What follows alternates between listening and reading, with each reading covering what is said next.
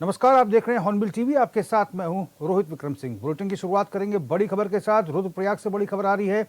भीषण हादसे से लापता लोगों की खोजबीन अभी जारी है। एक शव और बरामद किया गया है। 8 लोग अभी फिलहाल लापता बताए जा रहे हैं। एनडीआरएफ एसडीआरएफ की टीम खोजबीन में जुटी हुई है। जो लोग लापता हैं, टेम्पो ट्रैवलर के नदी में गिरने से 3 की मौत हुई थी और बाकी की तलाश अभी जारी है। एनडीआरएफ और एसडीआरएफ उस कवायद में अभी भी जुटा हुआ है। 3 लोग जो है उनकी मृत्यु हुई थी। भीषण हादसे में लोग लापता थे। एक का शव बरामद है, 8 अभी लापता बताए जा रहे हैं। एनडीआरएफ एसडीआरएफ की टीम खोजबीन में जुटी हुई है। टेम्पो ट्रैवलर के नदी में गिरने से 3 लोगों की मौत हुई थी, जिनकी तलाश अभी भी चल रही है। एनडीआरएफ और एसडीआरएफ की जो रेस्क्यू टीम है अभी भी तलाशबीन कर रही है, खोजबीन जारी है। रुद्रप्रयाग भीषण हादसे से लोगों की खोजबीन जारी है। जो लोग हादसे का शिकार हुए थे, एक का शव बरामद हुआ है फिलहाल अभी, लेकिन अभी भी 8 लोग लापता हैं। एनडीआरएफ और एसडीआरएफ की टीम उनकी खोजबीन में लगातार जुटी हुई है। प्रशासन की टीमें भी मौके पर मौजूद है। बता दें कि टेम्पो ट्रैवलर के नदी में गिरने से 3 लोगों की मौत हुई थी, जिनसे एक का शव फिलहाल बरामद किया गया है और 8 लोग अभी भी लापता है। और 3 लोगों के मरने की, उनकी मृत्यु की पुष्टि प्रशासन के द्वारा की गई है। एनडीआरएफ और एसडीआरएफ की टीम अभी भी खोजबीन में जुटी हुई है। टेम्पो ट्रैवलर आपको बता दें कि नदी में गिर गया था, जिससे 3 लोगों की मौत हुई थी। 8 लोग अभी भी लापता हैं। अमित रतोड़ी हमारे संवाददाता ज्यादा जानकारी के साथ फोन लाइन पर जुड़ गए हैं। अमित, आखिर क्या समस्याएं आ रही हैं कि एनडीआरएफ एसडीआरएफ को रेस्क्यू करने में क्या दिक्कतें आ रही हैं? अभी तक शव बरामद नहीं हुए हैं। 3 लोगों की मृत्यु हुई है, एक का ही शव बरामद हुआ। 8 लोग अभी भी लापता बताए जा रहे हैं। क्या इनपुट है आपके पास अमित? जी देखिए रोहित जी, आपने बताया दुर्घटनाग्रस्त हुआ था पुल पे, जिसमें कि 8 लोग घायल थे, जिनका कि अस्पतालों में इलाज चल रहा है। वहीं 3 शव कल जो बरामद कर दिए गए थे। एक शव जो है आज एसडीआरएफ एनडीआरएफ को सहायता मिली है उसको रिकवर करने में। तो एक शव यानी कुल 4 लोगों के शव बरामद हो चुके हैं और 8 लोग अभी भी मिसिंग हैं। जिसको लेकर हम बात करें तो एसडीआरएफ और एनडीआरएफ लगातार इसमें सर्च अभियान चला रही है। दरअसल जो इसमें दिक्कत आ रही है वो ये दिक्कत ये आ रही है कि नदी का जब बहाव है बारिश के कारण बहुत ज्यादा है और जो जो जो टेम्पो ट्रैवलर जहाँ पर दुर्घटनाग्रस्त हुआ था उस वहाँ पर उसका कोई पता नहीं चल पा रहा है। इसलिए डीप ड्राइविंग का भी इस्तेमाल किया जा रहा है और जो एसडीआरएफ की टीम जो है डीप ड्राइविंग के जरिए जो है नदी के नीचे जाते हुए भी उसको ढूंढने का प्रयास कर रही है। टेम्पो ट्रैवलर को शवों का पहचान करने के लिए उसका प्रयास कर रही है। लेकिन जो दिक्कत आ रही है वो दिक्कत ये आ रही है कि जो चूंकि नदी का जलस्तर ज्यादा है और चूंकि ये घटना कल की थी, तो ऐसे में पूरा एक दिन पूरा बीत चुका है। लेकिन अब शव जो है कहाँ तक पहुंचे होंगे उसको लेकर भी एक रहस्य बना हुआ है और शवों को शिनाख्त से जल्दी हो पाए, शव जल्दी रिकवर हो सके, इसको लेकर जो है जो श्रीनगर में जो डैम है उसको वहां पर पानी उसका रोका भी गया है थोड़ा सा, ताकि जो है जो शव जो है अगर वहां पर और फंसे होंगे तो इसलिए वहां पर भी जो टीमों को जो है एसडीआरएफ एनडीआरएफ स्थानीय जो पुलिस है वहां पर उनको तैनाती की गई है। जो तैराक है वहां पर उनको उनकी भी तैनाती की गई है ताकि वो वहां पर भी सर्चिंग अभियान करे। तो ऐसे में वहां पर भी सर्चिंग अभियान चल रहा है ऋषि के श्रीनगर में जो डैम है कि क्या वहां पर कोई शव तो नहीं अगर ऐसा शव आता है तो उसकी तो शिनाख्त की जाएगी। लेकिन जो दिक्कत आ रही है वो यही दिक्कत आ रही है कि चूंकि नदी का बहाव ज्यादा है और बरसात के मौसम में तो बरसात जिस तरीके से पहाड़ों में हो रही तो नदी का स्तर लगातार बढ़ता जा रहा है। तो इस समय शव जो है कोई या तो छिटक कर कहीं झाड़ियों फंसे हों या फिर कहीं क्या पता क्या वो नदी के साथ बहाव में वो श्रीनगर तक जो डैम है वहां तक ना पहुंचे। इस समय श्रीनगर जो डैम है वहां पर भी थोड़ा सा उसका जल स्तर को कम किया गया है और वहां पर भी जो एसडीआरएफ एनडीआरएफ की टीमें जो है लगातार सर्चिंग अभियान चलाते हुए उनको खोजबीन में जुटी हुई है। तो डीप डाइविंग का इस्तेमाल किया जा रहा है। डीप डाइविंग के तहत जो है जो प्रशिक्षु है, जो प्रशिक्षण प्राप्त जो एसडीआरएफ की टीम है वो नदी के नीचे जाते हुए वहां पर वो देखने का प्रयास कर रहे हैं कि क्या बस वहां पर बस वहां पर माफ कीजिएगा जो टेम्पो ट्रेवलर वहां पर है ये नहीं है। और दूसरी चीज में टेम्पो ट्रेवलर का भी अभी पता नहीं चला, उसका भी कोई अवशेष नहीं मिले हैं कि कहाँ पर है वो। तो ऐसे में देखा जाए तो बहुत ही टिपिकल ये रेस्क्यू अभियान जो है पूरी प्रशासन के साथ साथ जो एसडीआरएफ एनडीआरएफ है उनके लिए भी काफी चुनौतीपूर्ण बना हुआ है, क्योंकि मौसम जो है लगातार बदल रहा हुआ है, पहाड़ों में लगातार बारिश हो रही है, जलस्तर लगातार नदी का जो है वो बढ़ रहा है। तो इसमें ये काफी मुश्किलों का सामना करना पड़ रहा है। अब देखना ये है कि कितने, क्योंकि एक शव आज मिला, 3 कल मिल गए थे, तो अब देखना है कि जो बाकी अन्य जो 8 शव हैं वो कब प्राप्त हो पाते हैं, इसको लेकर अभी देखने वाली बात रहेगी। कोई ऑफिशियल बयान प्रशासन के अधिकारियों की तरफ से, एसडीआरएफ के कोई बड़े अधिकारी की तरफ से आया है? और जो उनके प्रियजन हैं जो लापता हैं और उनके परिवारजन, उनका क्या कुछ कहना है इस बाबत? देखिए गौरव जी, हम बात आपको बताएं, जो परिजन हैं वो यहाँ अगर हम बात करें तो वो उसके संपर्क में जो प्रशासन है, आपदा प्रबंधन विभाग हो या जो सरकारी मशीनरी है, वो उनके जो है संपर्क में है और उनको यही आश्वस्त किया गया है कि सभी का शव जो है हम बरामद करेंगे। और जिस तरीके से हालांकि प्रशासन का ये भी कहना था, जिस तरह से बात हुई प्रशासन से, जो जिला आपदा प्रबंधन अधिकारी है विनोद कुमार सोन, उनसे जब बात की गई तो उनका यही कहना था कि चूंकि जो 9 लोग, जो कल हम 9 लोग हम अगर बात करें तो 9 लोग थे, जिसमें एक मिल गया है, तो एक का शव मिल गया, 8 बचे शव है। ठीक है, ठीक है, ठीक है अमित, ठीक है, आप नजर बनाए रखिए अमित, आगे भी आपसे अपडेट लेंगे। आगे बढ़ते हैं। त्रिस्तरीय पंचायत चुनाव मामले में हाईकोर्ट ने जो रोक लगी थी उसको हटा दिया है। आज राज्य सरकार और याचिकाकर्ता के अधिवक्ताओं ने हाईकोर्ट के समक्ष अपना पक्ष रखा है। सरकार को काउंटर पेश करने के लिए 3 हफ्ते का समय दिया है। नॉमिनेशन फाइल करने की आखिरी जो तारीख है वो 3 दिन बढ़ाई गई है। अब पूरा चुनाव कार्यक्रम 3 दिन के लिए आगे बढ़ा दिया गया है।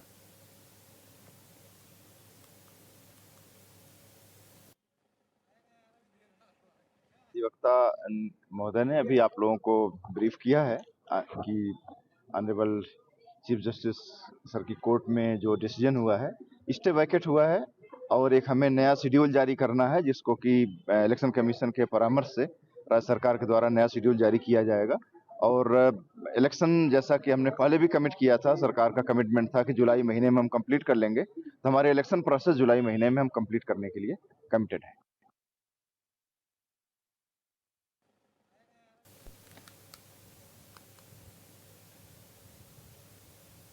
ललित जोशी हमारे संवाददाता ज्यादा जानकारी के साथ फोन लाइन पर जुड़ गए हैं। ललित, पंचायत चुनाव पर आखिरकार जो है कोर्ट ने जो है हरी झंडी दे दी है। अब सरकार के सामने क्या चुनौतियां रहेंगी? रोहित बता रहे, सरोवर नगरी नैनीताल हाईकोर्ट ने आज 23 जून को जो पंचायती चुनाव पर लगे स्टे को वापस ले लिया, जिससे मतलब जो संभावित उम्मीदवार है उनके चेहरे पर आज रौनक देखी जा रही है। और अभी इनका आज इसमें मुख्य न्यायाधीश जी नरेंद्र और न्यायमूर्ति आलोक मेहरा की खंडपीठ में यह सामान्य प्रक्रिया चली, बहस चली। उसमें क्या कहते हैं, उन्होंने कहा कि भाई जो मतलब चुनाव तो हर कोई कराना चाह रहा था, जो याचिका करता था बागेश्वर निवासी गणेश कांडवाल, वो भी चाहता था कि चुनाव समय पे हो।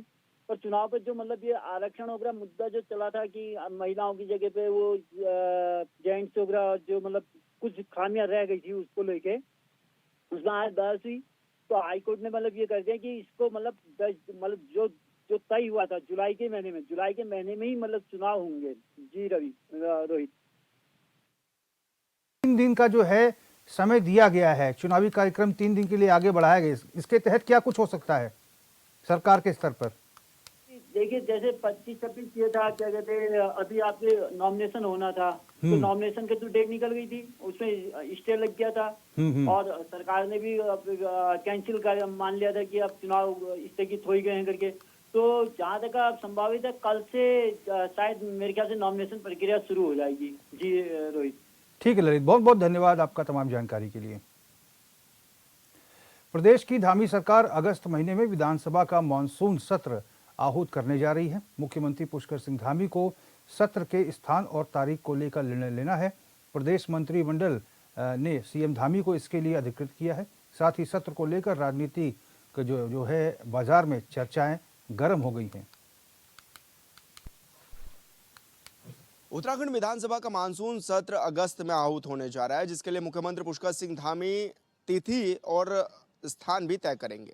इसके लिए तैयारियां भी अब होती हुई नजर आ रही है, लेकिन सबसे बड़ा सवाल ये बनता हुआ नजर आ रहा है कि इस बार संसदीय कार्य मंत्री की भूमिका कौन निभाएगा। क्या मुख्यमंत्री पुष्कर सिंह धामी खुद विपक्ष के सवालों की ढाल बनते हुए नजर आएंगे या फिर किसी अपने ही कैबिनेट मंत्री को ये बड़ी भूमिका देंगे? क्योंकि हाल फिलहाल में जिस तरह से जो कैबिनेट मंत्री रहे और संसदीय कार्य मंत्री रहे प्रेमचंद अग्रवाल, उन्होंने कैबिनेट से इस्तीफा भी दिया था, जिसके बाद संसदीय कार्य मंत्री का जो इस्तीफा था वो मंजूर हो गया था और अब कोई भी इस पोस्ट पर नहीं है। यानी कि अब विधानसभा का जब सत्र होगा तो ये कौन संसदीय कार्य मंत्री की जिम्मेदारी निभाएगा, ये अपने आप में बड़ा सवाल है। और बड़ा सवाल ये भी है क्योंकि मुख्यमंत्री पुष्कर सिंह धामी खुद ऐसे व्यक्ति हैं जो 40 से ज़्यादा विभाग अभी हाल फिलहाल में संभालते हुए नजर आ रहे हैं। इसके पीछे की एक वजह यह भी है क्योंकि 5 मंत्रिमंडल में 5 जो पद हैं वो खाली चल रहे हैं, जिसके चलते मुख्यमंत्री पुष्कर सिंह धामी ही इन विभागों को संभालते हुए नजर आ रहे हैं। एक तरफ तो विभाग इतने सारे हैं और दूसरी तरफ संसदीय कार्य मंत्री का भी भार। क्या मुख्यमंत्री पुष्कर सिंह धामी खुद संभालेंगे या किसी तेज तर्रार कैबिनेट मंत्री को इसकी जिम्मेदारी दी जाएगी? खैर ये देखने वाली बात होगी। हॉर्नबिल टीवी के लिए देहरादून से विशाल गर्ग। देश भर में मौसम का मिजाज बदला हुआ है। मौसम विभाग ने पहाड़ी इलाकों में तेज भारी बारिश की चेतावनी दी है। देहरादून समेत चमोली, रुद्रप्रयाग, टिहरी, पौड़ी, चंपावत और पिथौरागढ़ जिले में तेज बारिश की संभावना है। वहीं नैनीताल के कुछ हिस्सों में भी भारी बारिश का ऑरेंज अलर्ट जारी किया गया है। आज से जो है 3-4 दिन की अगर मैं बात करूं तो ज़्यादातर जगहों में हल्की से मध्यम बारिश हो रहने वाली है, मिलने वाली है। और जो भारी वर्षा की संभावना है उसमें जो आपके बागेश्वर है, पिथौरागढ़ है, चमोली है, रुद्रप्रयाग है और नैनीताल है, इनमें संभावना है। तो आगे आने वाले दिनों में 2 से 3 दिन अगर देखें तो इसी तरह की सिचुएशन वो रहने वाली है। तो कहीं ना कहीं लगातार बारिश है, जारी है। हालांकि बहुत ज़्यादा भी एक्टिविटी नहीं है, सामान्य के आसपास ही एक्टिविटी मिल रही है, परंतु ये कि लगातार ही रोज ही वो मिलने वाली है। आगे 3 से 4 दिन, इवन 5 दिन तक की भी बात करें तो एक्टिविटी रहेगी। तो इसमें कहीं ना कहीं थोड़ी बहुत दिक्कतें आवागमन में वो हो रही हैं। कहीं रास्ते थोड़े लैंडस्लाइड वगैरह की वजह से बंद हो रहे कुछ समय के लिए, परंतु जो मशीनरी वो काम कर रही है, रास्तों को शीघ्रातिशीघ्र खोला भी जा रहा है। तो ठीक है, आवागमन थोड़ा आपको धैर्य के साथ करना है। अगर कोई कहीं पे रास्ता बंद है तो थोड़ा इंतजार करें। इसी तरह जो है गाड़गदरों के आसपास खड़े ना हो, उसमें जल स्तर बढ़ रहा है, उस चीज़ का भी ध्यान रखें। बाकी ये है कि जो नॉर्मल एक्टिविटी मानसून की वो अभी चलने वाली है और मिल भी रही है, तो उस चीज़ को ध्यान में रखते हुए थोड़ा आवागमन जो है सुरक्षित होकर धैर्य के साथ वो करना चाहिए। उत्तराखंड में इन दिनों राजनीतिक बयानबाजी अपने चरम पर है। ताज़ा मामला हरीश रावत के उस बयान से जुड़ा हुआ है जिसमें उन्होंने अपने बेटे को आगामी विधानसभा चुनाव में शिरकत कराने का इशारा किया था। ऐसे में अब बीजेपी कांग्रेस पर आरोप लगाती नजर आ रही है कि कांग्रेस हमेशा परिवारवाद की राजनीति करती है। केंद्र की राजनीति में गांधी परिवार का कब्जा है, तो उत्तराखंड में अपने आप को प्रदेश का सबसे वरिष्ठ नेता मानने वाले हरीश रावत ने पहले अपनी बेटी को विधायक का चुनाव लड़वाया, बड़े बेटे को सांसद का चुनाव लड़वाया और अब छोटे बेटे को आगामी चुनाव में उतारने की बात कह रहे हैं।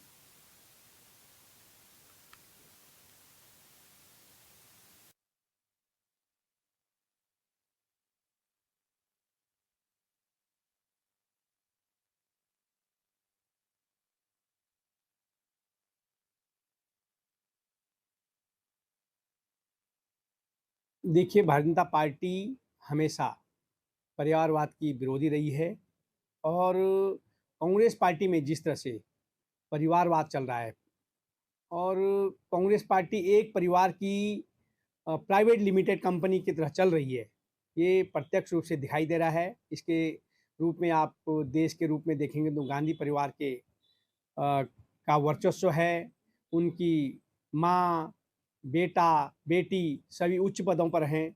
इसी प्रकार से प्रदेश में अगर देखेंगे जो अपने आप को सर्वश्रेष्ठ नेता कांग्रेस का प्रदेश में मानते हैं आदरणीय हरीश रावत जी, वो अपने परिवार को पूरी तरह से शिफ्ट करने में लगे हुए हैं और चाहे पहले अपनी बेटी को विधायक बनाया, बेटे को लोकसभा का चुनाव लड़वाया और अब अपने बेटे को जो सुनने में आया कि वो कुमाऊं क्षेत्र की उनको जो है नेता स्थापित करना चाहते हैं। तो निश्चित रूप से कांग्रेस पार्टी में परिवारवाद जिस तरह से हावी है वो सबको दिखाई दे रहा है। उनको किसी उत्तराखंड की किसी जनता से कोई लेना देना नहीं है, प्रदेश के विकास से कोई लेना देना नहीं है। उन्हें सिर्फ और सिर्फ अपने परिवार को विकसित करना है, यही कांग्रेस का।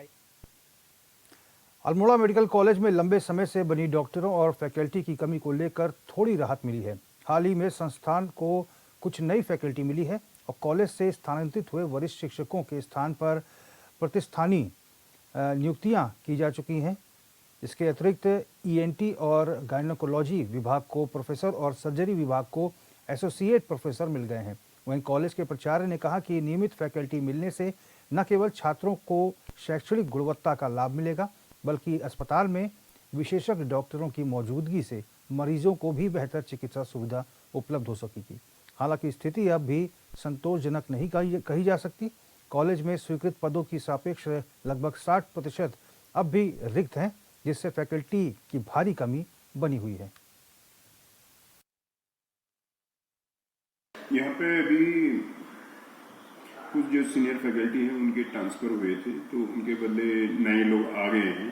अभी जैसे एनाटॉमी में थे, एनाटॉमी में डॉक्टर एनाटॉमी के प्रोफेसर ने ज्वाइन कर लिया है, दून मेडिकल कॉलेज से ट्रांसफ़र होके आए थे। और ऐसे ही फार्मा डिपार्टमेंट है, फार्मा के प्रोफेसर ने ज्वाइन किया है, और पैथोलॉजी के प्रोफेसर हैं, और फिजियोलॉजी और एनडी विभाग में जो है यहाँ पे जो है प्रोफेसर ने ज्वाइन कर लिया है। और इसके साथ साथ में जो है एक फैकल्टी जो है गायनी में ज्वाइन किया है, और एक ने जो है एक एसोसिएट प्रोफेसर जो है सर्जरी में जो है आज ज्वाइन करने वाले हैं। उनने आज मॉर्निंग में रिपोर्ट कर दिया है। तो इससे जो है हमें जो है फैकल्टी, क्योंकि ये सारे रेगुलर फैकल्टी हैं, तो इससे जो है जो स्टूडेंट की जो टीचिंग है वो भी इम्प्रूव होगी। और इसके साथ साथ में जो है जो हॉस्पिटल में जो है हम लोगों की कमी थी, काफ़ी हद तक जो है वो कमी जो है दूर हो जाएगी। जैसे एनडी विभाग में पहले हमारे यहाँ पे एक एसोसिएट प्रोफेसर थे, अभी एक प्रोफेसर जो है उनके द्वारा ज्वाइन कर लिया गया है। ऐसी गायनी विभाग में भी एक एसोसिएट प्रोफेसर जो है उन्होंने भी ज्वाइन कर लिया।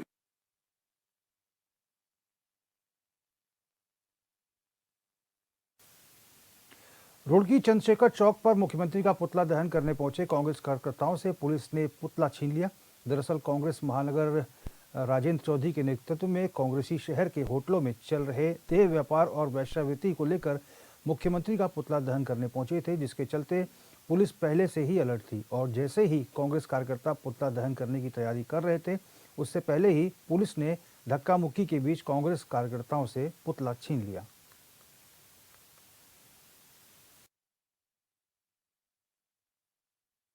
आज उत्तराखंड के मुख्यमंत्री पुष्कर सिंह धामी का पुतला दहन किया गया। हालांकि पुलिस द्वारा बलपूर्वक हमसे पुतले का अधिकांश हिस्सा छीन लिया गया। कोई भी प्रशासनिक अधिकारी सरकार रुड़की में चल रहे अवैध देह व्यापार, कैसीनो, जुआ, सट्टा, स्मैक, उन्हें रोकने में इच्छुक नहीं है, भ्रष्टाचार को रोकने का इच्छुक नहीं है। रुड़की की जनता का बेवकूफ बनाया जा रहा है, उसके खिलाफ हमने मुख्यमंत्री का पुतला दहन किया। आगे बढ़ेंगे। हल्द्वानी में हुई बारिश ने प्रशासन के उन दावों की पोल खोल दी है जिसमें यह कहा जा रहा था कि मानसून से पहले निगम के 60 वार्डों में सड़कों और गलियों को ठीक कर दिया गया है। ताज़ा मामला वार्ड नंबर 48 का है, जहां सुरभि और साकेत कॉलोनी में सड़कों का बुरा हाल है। सड़कों को ठीक करने के लिए खुदाई की गई, लेकिन अब गड्ढे पानी में तब्दील हो गए हैं, लबालब हो गए हैं। ऐसे में लोगों को कई परेशानियों का सामना करना पड़ रहा है। स्थानीय लोगों का कहना है कि सुबह से कई वाहन चालक गड्ढों में जल भराव के कारण चोटिल हो रहे हैं।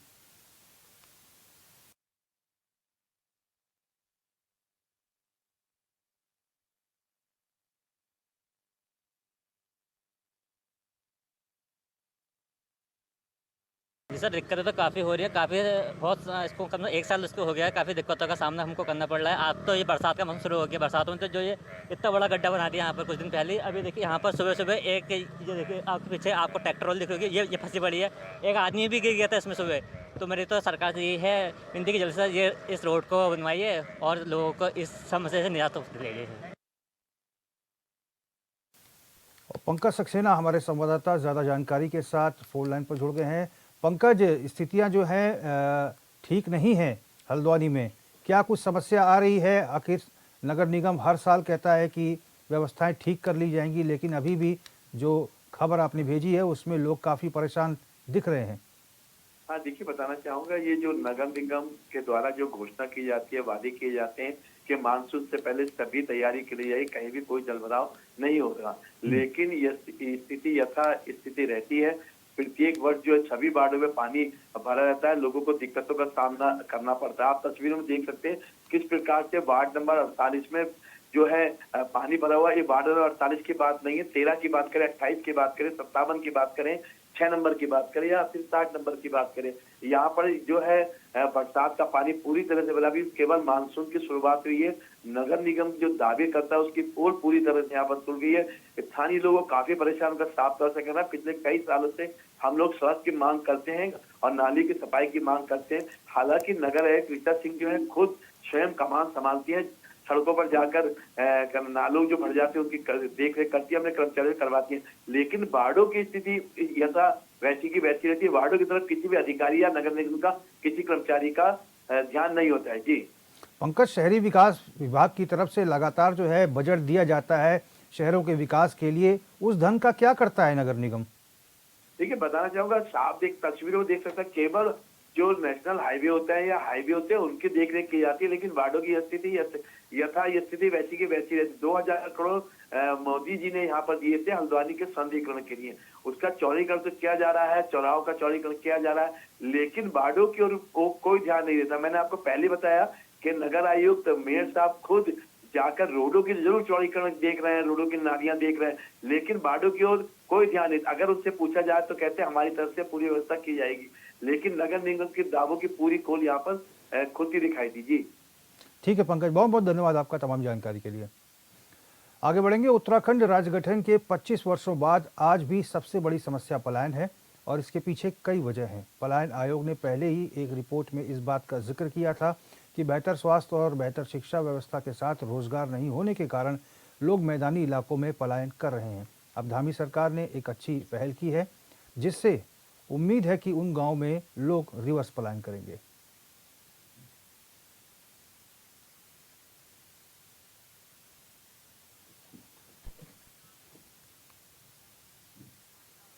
इस बुलेटिन में फिलहाल मेरे साथ बस इतना ही। देश और प्रदेश की तमाम बड़ी खबरों के लिए आप देखते रहिए हॉर्नबिल टीवी। नमस्कार।